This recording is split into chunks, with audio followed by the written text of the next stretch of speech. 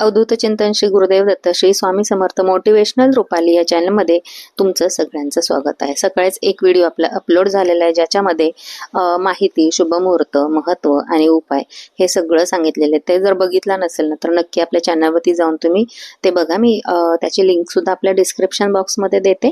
पण आत्ता आपण बघतो योगिनी एकादशीची कथा, कारण ही कथा ऐकल्यामुळे आजचं आपलं व्रत जर केलं असेल तर ते पूर्ण होणार, आणि व्रत नसेल म्हणजे उपवास नसेल तरी सुद्धा आपल्याला ही आजची कथा ऐकायची आहे। का महत्त्वपूर्ण आहे?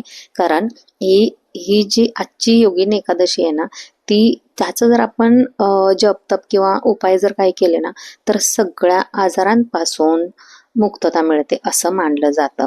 तर तुम्हाला त्या एक व्हिडिओ मी छोटासा घेऊन येणार आहे की तुम्हाला काय करायचं आहे, की उपाय काय करायचे आहेत। म्हणजे आज योगिनी एकादशी दिवशी शनिवारी करायचा तो उपाय, तर तुम्हाला तो संध्याकाळपर्यंत मी तुम्हाला किंवा शनिवारी सकाळी लवकर तो व्हिडिओ येईलच, पण आत्ता सध्या तरी कथा ऐकायची आहे।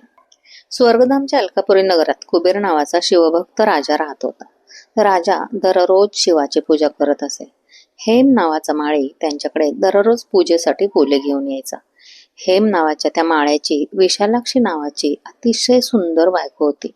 आता काय झालं, एक दिवस मानसरोवरातून फुलं तोडून घरी जाता जाता त्याला ना बायकोची आठवण आली, आणि तो घरी गेला। तिच्याशी गप्पा गोष्टी करत बसला, आणि गप्पा गोष्टी करत असता असता त्याने कामातूर झाल्यामुळे आपल्या बायकोसोबत कामानंद घेऊ लागला। येथे राजा त्याची आतुरतेने दुपार होईपर्यंत वाट बघत असतो। शेवटी राजा आपल्या सेवकांना सांगतो की माळी का नाही आला त्याचं कारण शोधून काढा अशी आज्ञा देतो। आता राजाचे सेवक राजाला म्हणजे तो जातात, शोधतात त्याला, आणि ते राजाला सांगतात की माळी फार कामुक प्रवृत्तीचा आहे, तो आपल्या बायकोसोबत विलास करण्यात रमला आहे। हे ऐकल्यावर कुबेर संतापून त्याला बोलवून घेतात, आणि ते रागवून त्याला म्हणतात, पापी, तू माझ्या महादेवांचा अनादर केला आहेस। देवांचे देव महादेव, त्यांचा तो अनादर केला आहे, म्हणून मी तुला श्राप देतो की तुला आपल्या बायकोचे वियोग सहन करावे लागतील आणि तू मृत्यूलोकात जाऊन कुष्ठरोगी होशील। आता कुबेराने दिलेल्या शापामुळे हेममाळी स्वर्गातून पृथ्वीवर येऊन पडतो, आणि त्याच क्षणी त्याला पांढरा कुष्ठरोग होऊन जातो। त्याची बायको देखील लुप्त होते।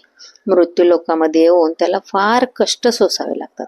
भयंकर अरण्यात जाऊन पाणी अन्न न घेता वणवण फिरावे लागते। रात्रीला झोप देखील येत नसते, पण शंकराच्या पूजेच्या प्रभावामुळे त्याला गतजन्माच्या आठवणी येत असतात। एके दिवशी तो ऋषी मार्कंडे यांच्या आश्रमात जाऊन पोहोचतो आणि त्यांच्या पायांमध्ये लोटांगण घालतो।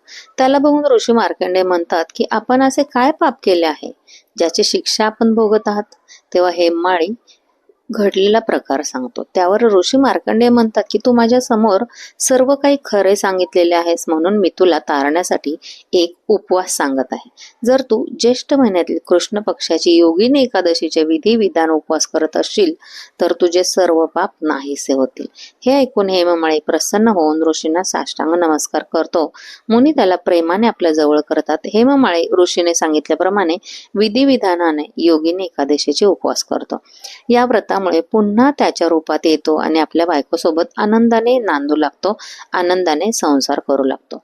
भगवान श्रीकृष्ण म्हणतात की हे राजन, हे योगिनी एकादशीचे व्रत 88,000 ब्राह्मणांना जेवू घातल्या इतके फळ देतं। हा उपवास केल्याने प्राण्यांचे म्हणजे आपले सगळ्यांचे सर्व पाप नाहीसे होऊन शेवटी स्वर्गाची प्राप्ती होते।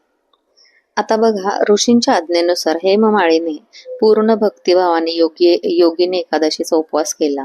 या व्रताच्या पुण्यामुळे त्याचा कुष्ठरोग नाहीसा झाला। तो पुन्हा सुंदर आणि निरोगी झाला। त्याला पत्नीचं सुखाचं आयुष्य प्राप्त झालं, जीवन प्राप्त झालं।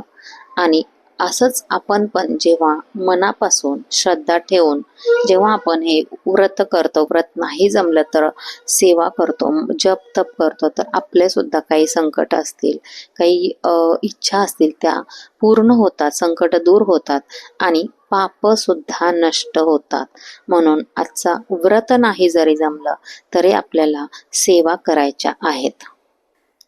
असे या योगिनी एकादशीचे महत्त्व आहे। तुम्हाला जर हा व्हिडिओ, ही कथा आवडली असेल ना तर ही तुमच्या मित्रजनांपर्यंत, जवळच्या व्यक्तींपर्यंत शेअर करा। आपला चॅनल सबस्क्राईब करा आणि अशाच माहितीपूर्ण आणि भक्तिपूर्ण व्हिडिओजसाठी तुम्ही मला कमेंट करत चला. चला आपला व्हिडिओ इथेच थांबवते. पुन्हा एकदा भेटूया. तोपर्यंत ओम नमो भगवते वासुदेवाय. Bye bye.